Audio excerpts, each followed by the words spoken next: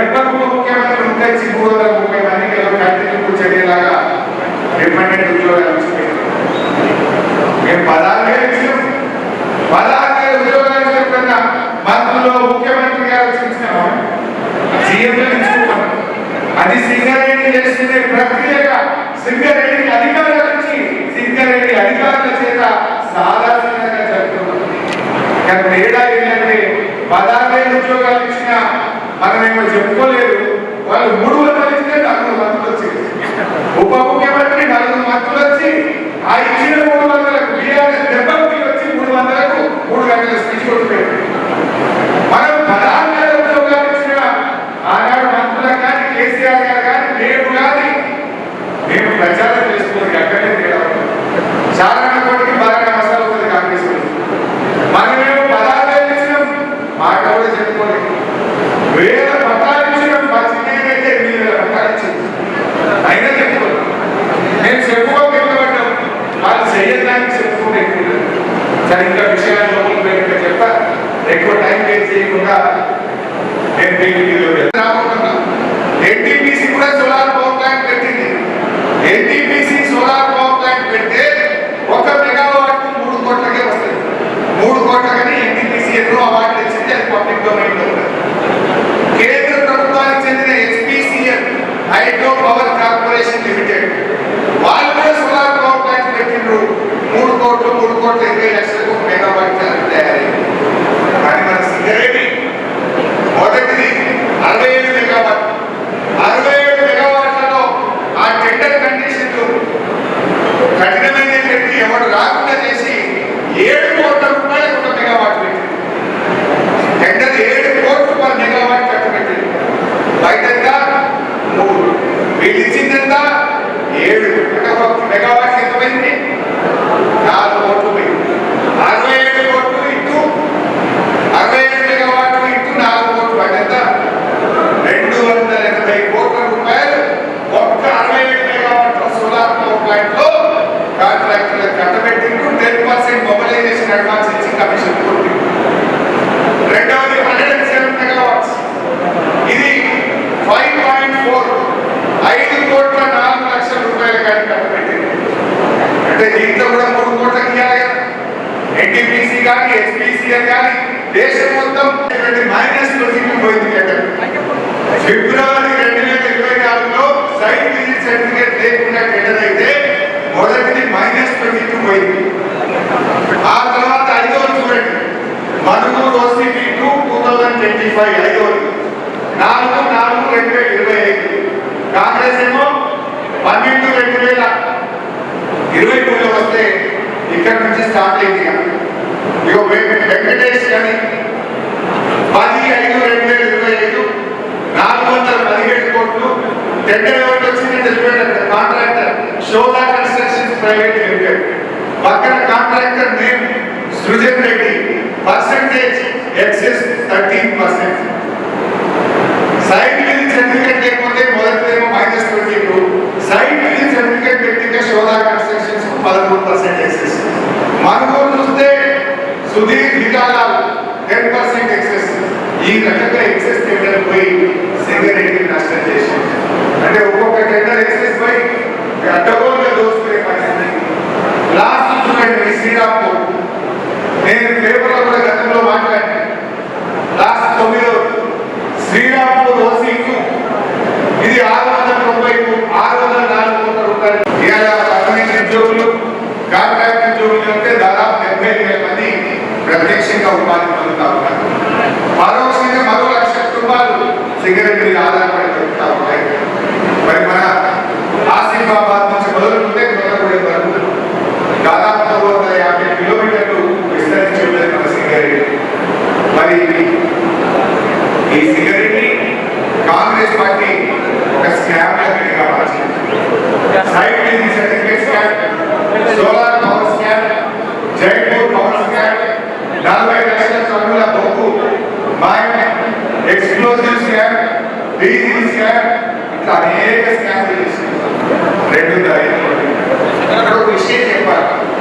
ఏ మాట కావాలా ఉమ్మడి రాష్ట్ర ముఖ్యమంత్రులు కూడా సింగరేణిలో రాజకీయ జోక్యం చేసుకునే వాళ్ళు కాదు. సింగరేణిలో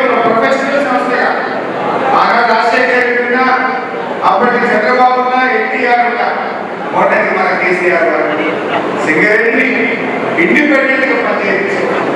కానీ రేవంత్ రెడ్డి ప్రభుత్వం వచ్చినాక సింగరేణి టెండర్లలో జోక్యం, సింగరేణి అన్ని వ్యవహారాలు రాజకీయ జోక్యం పెరిగి ఇవాళ సింగరేణి అవినీతిమయంగా మారిపోయినటువంటి పరిస్థితి. మొట్టమొదటి సైట్ విజిట్ సర్టిఫికేట్. ఈ సైట్ విజిట్ సర్టిఫికేట్ అనేది సింగరేణి చరిత్రలో ఎప్పుడు లేదు. ఓపీ టెండర్లలో సైట్ విజిట్ సర్టిఫికేట్ అని ఏ రోజు కూడా ఉపయోగించలేదు. అసలు ఏంటి సైట్ విజిట్ సర్టిఫికేట్? సింగరేణిలో ఓపీ టెండర్ పిలిస్తే గతంలో మహారాష్ట్రలో, రాజస్థాన్లో, ఛత్తీస్గఢ్లో, గుజరాత్లో ఎక్కడెక్కడి నుంచో కూడా ఓపీ టెండర్లలో డైరెక్ట్ గా ఆన్లైన్ లో నిర్ణయిస్తున్నారు. ఆన్లైన్ లో ఎవరు ఎక్కడి నుంచి టెండర్ వేస్తారో తెలియదు. అందుకే -15%, -20% టెండర్ పోయింది. ఒక 1000 కోట్ల రూపాయల టెండర్ అనుకో ఓపీ, 20% తక్కువ టెండర్ వేస్తే 200 కోట్ల రూపాయలు సింగరేణికి మిగులుతాయి. 1000 కోట్లకు కావాల్సిన పని 800 కోట్లకే జరిగింది. కానీ కాంగ్రెస్ వచ్చిన అది గొడవ జరిగాక సైట్ విజిట్ సర్టిఫికేట్ విధానం తప్పు, ఈ విధానంలో టెండర్ అయితే కనుక దీన్ని రద్దు చేస్తుందని బట్టి విక్రమార్క గారు చెప్పారు. నేను అడుగుతున్న బట్టి గారు, 9 బ్లాక్ రద్దు చేసినావు, మరి అదే సైట్ విజిట్ సర్టిఫికేట్ లో 9 టెండర్లు అయితే ముఖ్యమంత్రి బాబు కూడా టెండర్ వచ్చింది, వాటిని ఎందుకు రద్దు చేస్తలేవు, నీకు ఎందుకు ధైర్యం లేదు అని నేను బట్టి గారు అడుగుతా ఉన్నాను. 9 బ్లాక్ రద్దు అయినప్పుడు, 9 బ్లాక్ సైట్ విజిట్ సర్టిఫికేట్ పెట్టడం తప్పైనప్పుడు ఈ 9 టెండర్లు కూడా తప్పే కదా, వీటిని ఎందుకు రద్దు చేయలేదు, ఈ అవినీతిని ఎందుకు సింగరేణి పోయాలి, ఈ బరువు ఎందుకు పోయాలి అని చెప్పి మా కార్మిక పక్షాన్ని అడుగుతాం. ఇక ఇదైతే సోలార్ పవర్ స్కామ్. అసలు ఏంటి సోలార్ పవర్ స్కామ్? ఇంకా 2 విషయాలు ఉన్నాయి. సింగరేణి గతంలో కొన్ని సోలార్ ప్లాంట్లు పెట్టింది. ఎందుకు మనం వాడే కరెంటు మనమే సోలార్ ద్వారా ఉత్పత్తి చేసుకొని వాడుకోవాలన్నది సింగరేణి ఆలోచన. కానీ ట్రాన్స్కో ఒక నిబంధన పెట్టింది, నీకు సింగరేణికి ఎంత కరెంటు కావాలో నువ్వు అంతవరకే ప్లాంట్ పెట్టు, అంతకంటే ఎక్కువ పెడితే మేము కొనము అని చెప్పింది. అక్కడ కింద పెట్టింది ట్రాన్స్కో. అంతకంటే ఎక్కువ కరెంట్ ఉత్పత్తి చేస్తే మేము పీపీఏ చేయము, పవర్ పర్చేజ్ అగ్రిమెంట్ చేయము, ఆ కరెంట్ మేము కొనము అని రాష్ట్రంలోని విద్యుత్ సంస్థ స్పష్టంగా ఆదేశాలు ఇచ్చింది. మరి అక్కడ కొనని కరెంటుకు, అవసరం లేని కరెంటుకు ఎందుకు సోలార్ పవర్ ప్లాంట్ పెట్టాలి? ఒకటేమో 107 మెగావాట్, ఇంకొకటేమో 67 మెగావాట్. ఇలా 2 విషయాలు చెప్పినట్టు వాళ్ళ మనసుకు అప్పచెప్పినట్టు వీళ్ళు పిలిచిండ్రు, మొబిలైజేషన్ అడ్వాన్స్ ఇచ్చిండ్రు, పైసలు ఇలా. ఇంకా వెరీ ఇంట్రెస్టింగ్ పాయింట్ మంచిగానే, రాష్ట్ర తెలంగాణ గవర్నమెంట్ ఒప్పుకోలేదు, బీపీఏ లేదు, పోయిండు రాజస్థాన్ గవర్నమెంట్ జాయింట్ వెంచర్ చేసింది. రాజస్థాన్ లో ఉండే ప్రభుత్వంతో 76 సింగరేణికి 24 రాజస్థాన్ గవర్నమెంట్, 24% రాజస్థాన్ గవర్నమెంట్ సింగరేణిలో ఈ జైపూర్ పవర్ ప్లాంట్ 800 మెగావాట్స్ లో జాయింట్ వెంచర్ అని అగ్రిమెంట్ చేసింది. బట్టి గారు పోయిండు, రాజస్థాన్ ముఖ్యమంత్రితో ఫోటో దిగిండు, నేనేదో గొప్ప పని చేసినాను వచ్చేది. అసలు ఇదే భయం. నేను లోపల పోతే గమ్మత్ ఏంటంటే రాజస్థాన్ గవర్నమెంట్ 24% పైసలు పెట్టదట, ఈ పవర్ ప్లాంట్ కట్టడానికి పైసలు పెట్టదట. తెలంగాణకు పాకిస్తాన్ బార్డర్లో జైసల్మీర్ జిల్లాల 1400 మెగావాట్ల సోలార్ పవర్ ప్లాంట్ పెట్టడానికి ఫ్రీగా జాగ్రత్త. సింగరేణి నుండి జైసల్మీర్ పాకిస్తాన్ బార్డర్లో జాగ్రత్త సోలార్ పవర్ ప్లాంట్ పెట్టిన సోలార్ పవర్ ప్లాంట్కే దిగులేదు. నువ్వు పెట్టిన 67, నువ్వు పెట్టిన 107 మెగావాట్లు 1000 కోట్లు నిలబడాల్సి దానికి అంటే పాకిస్తాన్ బార్డర్లో జైసల్మీర్ 1400 మెగావాట్ల సోలార్ పవర్ ప్లాంట్ పెట్టాం, దానికి ఫ్రీగా జాగ్రత్తలను రాజస్థాన్ గవర్నమెంట్ కూడా అగ్రిమెంట్ చేసుకుంటుంది. 76 అంటే నేనేమనుకుంటా, అరే పైసలు ఎత్తలేమో, రాజస్థాన్ గవర్నమెంట్ పీపీఏ చేస్తలేమో, ఈ కరెంట్ రాజస్థాన్ గవర్నమెంట్ ఉండలేమో, ఆ 24% పెట్టుబడి రాజస్థాన్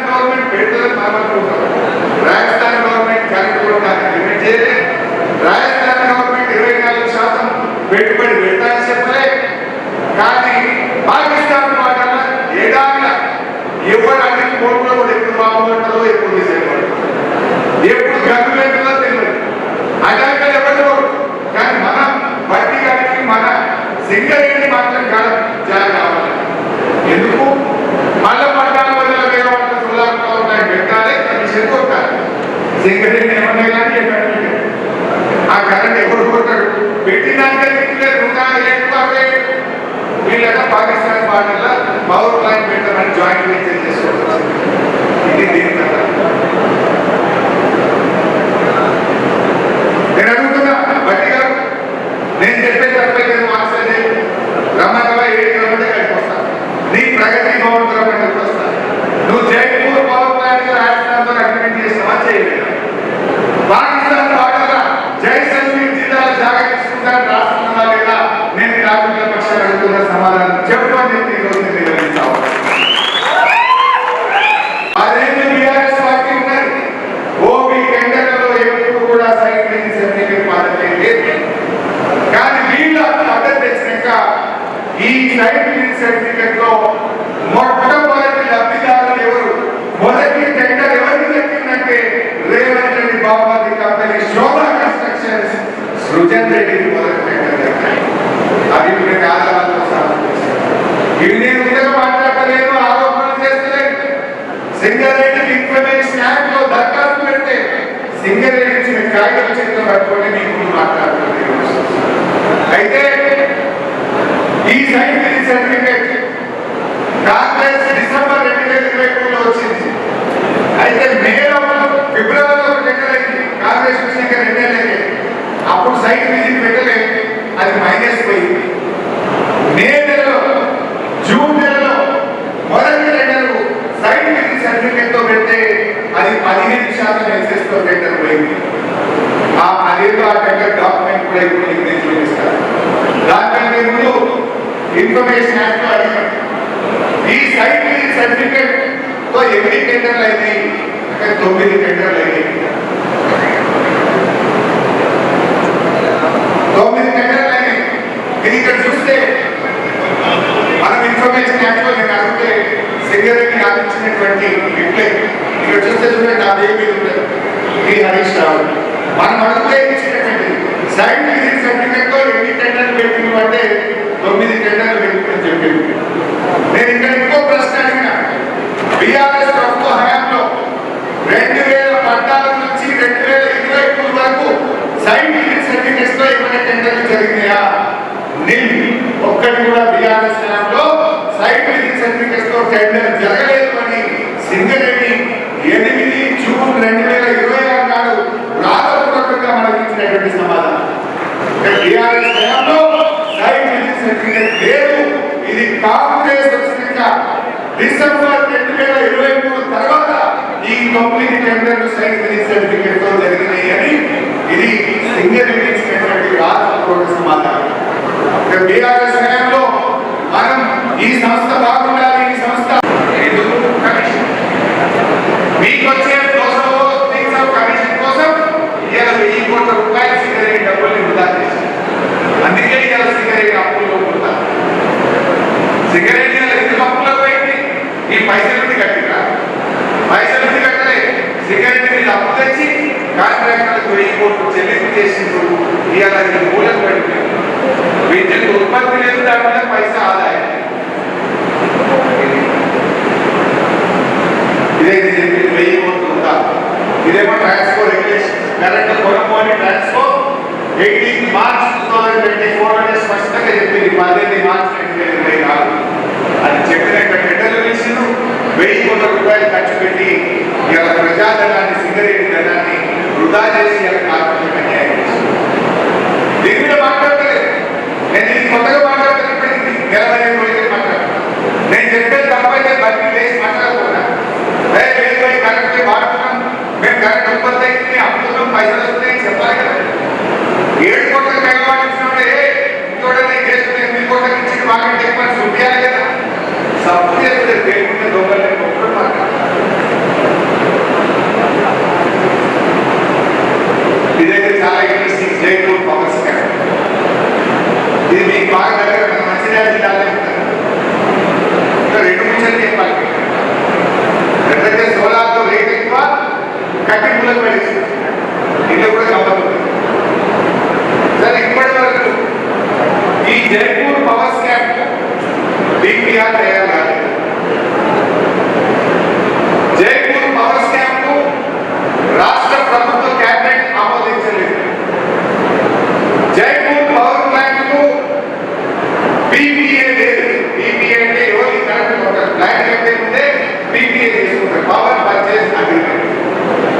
డిపిఆర్ లేదు, రాష్ట్ర ప్రభుత్వ ఆమోదం లేదు, పవర్ పర్చేజ్ అగ్రిమెంట్ లేదు, టెండర్లు పిలిచిండ్రు, మొబిలైజేషన్ అడ్వాన్స్ ఇచ్చిండ్రు, కమిషన్ ఇప్పుడు డాక్యుమెంట్ మీద అయిపోయింది, పైసలు ఆల్రెడీ 10,000 కోట్లు ఖర్చు పెట్టి అప్పు ఉండలేదు, బ్యాంకులు అభ్యర్థిస్తాయి, నీకు ఉంటేనే బ్యాంకులు అప్పులు ఇస్తాయి. ఎవరి కరెంట్ ఎవరు కొట్టారు, ఏ రేటు కొట్టారు అనేది తేలికనే బ్యాంకులు అప్పిస్తాయి. జైపూర్ పవర్ ప్లాంట్ 2 ఏళ్ల కింద స్టార్ట్ చేసింది, 2 సంవత్సరాలైన డిపిఆర్ లేదు, డిపిఆర్ తయారు కాలేదు, రాష్ట్ర ప్రభుత్వం ఆమోదించలేదు, పిపిఏ లేదు, టెండర్లు పిలిచింది, వాళ్ళ అకౌంట్లోకి వచ్చింది. పవర్ ప్లాంట్ వాళ్ళ అకౌంట్లోకి వచ్చింది కంపెనీ. దాంతో ఏమైంది, 1,500 కోట్ల సింగరేణి డబ్బులు ఖర్చు పెట్టింది. ఇప్పుడు అది ఆగిపోయింది. రోజు 2 కోట్ల రూపాయలు నష్టం. లేట్ అయితే రోజు 2 కోట్లు ఇంట్రెస్ట్ డ్యూరింగ్ కన్స్ట్రక్షన్ కావచ్చు, కాస్ట్ ఎక్స్కలేషన్ వల్ల రోజు 2 కోట్ల రూపాయలు నష్టమైంది. ఇప్పుడు ఏడాది నుంచి ఆల్మోస్ట్ ఆగిపోయింది. దాదాపు సంవత్సరానికి 700-800 కోట్లు నష్టం జరుగుతాం. ఇప్పటికే 1,500 కోట్లు ఖర్చు పెట్టిండ్రు, దానికి టీవీ లేదు, అగ్రిమెంట్ లేదు, ఎలా స్టార్ట్ చేసి 6 నెలలుగా సమాచార హక్కు చట్టం ద్వారా అన్ని వివరాలు సేకరించి ఆధారాలతో నేను మాట్లాడుతున్నాను. దీని మీద దమ్ముంటే రేవంత్ రెడ్డి, బట్టి విక్రమార్క గారు అసెంబ్లీ సమావేశపరచండి, అసెంబ్లీలో ఆధారాలతో సహా రుజువు చేయడానికి నేర్చుకుంటాం. ఒకవేళ నేను చెప్పింది అవాస్తవం అయితే రాజీనామా చేసి పదవికి శాసనసభకు బయట మీకు నిజాన్ని ఉంటే దమ్ముంటే శాసనసభ పెట్టండి, సింగరేణి చర్చిద్దాం. మీకు చేత కాదు. 2 నెలలుగా మేము మాట్లాడుతున్నా కూడా రోజు విప్పలేదు, పేదలు విప్పడం లేదంటేనే ఇలా కాలంలో అర్థం చేసుకోవాల్సిన అవసరం ఉంది. ఇక్కడ సింగరేణి అనేది దక్షిణ భారతదేశంలో ఏ రాష్ట్రానికి లేదు, కేవలం తెలంగాణకే సొంతం సింగరేణి. మొత్తం సౌత్ ఇండియాలో ఒకే ఒక్క కోల్ మైన్ ఉన్న రాష్ట్రం అది మన తెలంగాణ. ఇది కాబట్టి మా కార్మికులు తెలంగాణ ఉద్యమంలో మీరు చేసిన పోరాటం అంతా ఇంకా కాదు.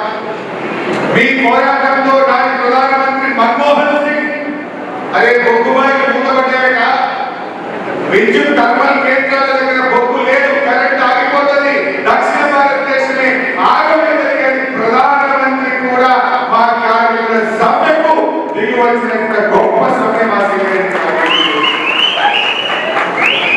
మన ఆంధ్రప్రదేశ్, కర్ణాటకకు, తమిళనాడుకు, అన్ని రాష్ట్రాలకు పంపించేది సింగరేణి కదా. ఆనాటి సమ్మె సకల జిల్లా సమ్మెలో సింగరేణి దెబ్బ ఢిల్లీలో ప్రధానమంత్రి దాటిపోయింది. మన్మోహన్ సింగ్ మాట్లాడి ఆలోచన. అలాంటి కార్మికులను ఈ సంస్థను కాపాడుకోవాలన్నదే మన అభిప్రాయం.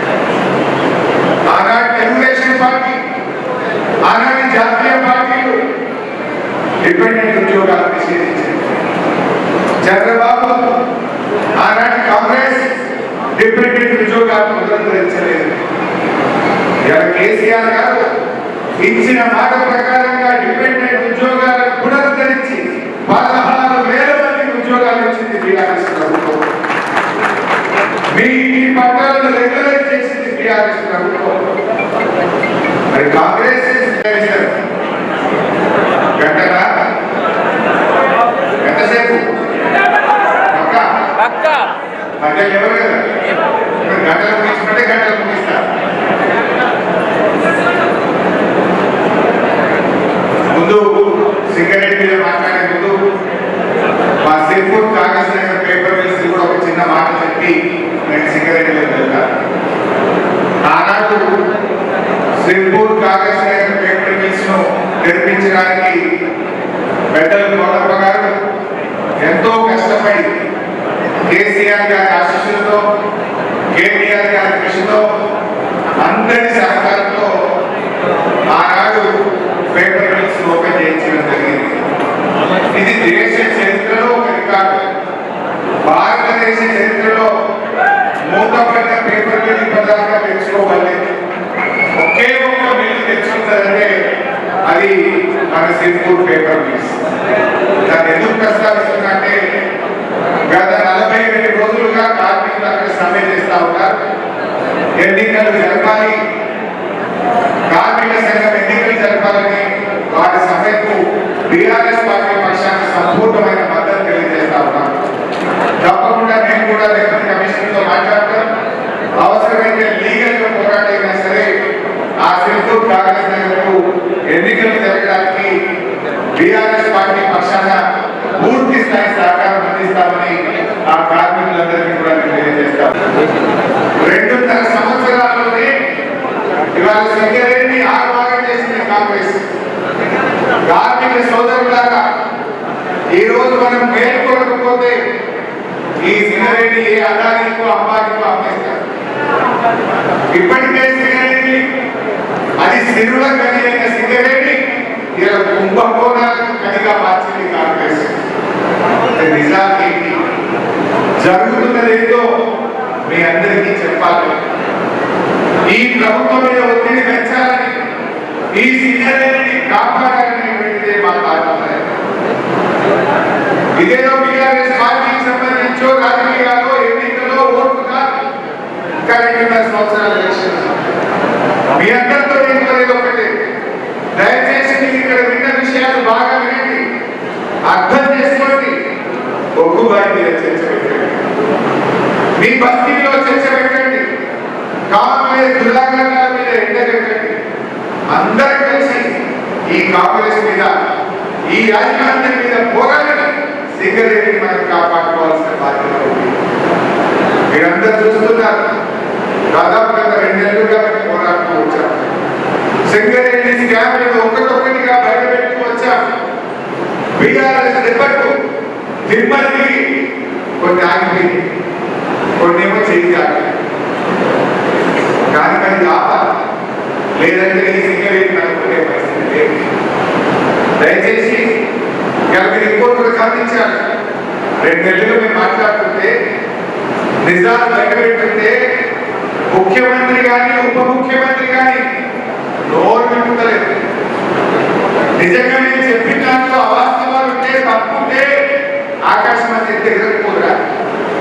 దేవుడిన దొంగ లెక్క ఎందుకు నోరు మూసుకున్నారో కార్మికులు అర్థం చేసుకోవాలి. కార్మిక మంత్రి మాట్లాడాడు, ఉప ముఖ్యమంత్రి మాట్లాడాడు, ముఖ్యమంత్రి అసలు గెలవే ఇప్పుడు. ఎందుకంటే దీంట్లో ఈ స్కాముల్లో ప్రధాన పాత్రధారి సూత్రధారి రేవంత్ రెడ్డి బాబు సృజన్ రెడ్డి. ఆధారాలతో సహాయం మీ ముందు బయట పెట్టాలి.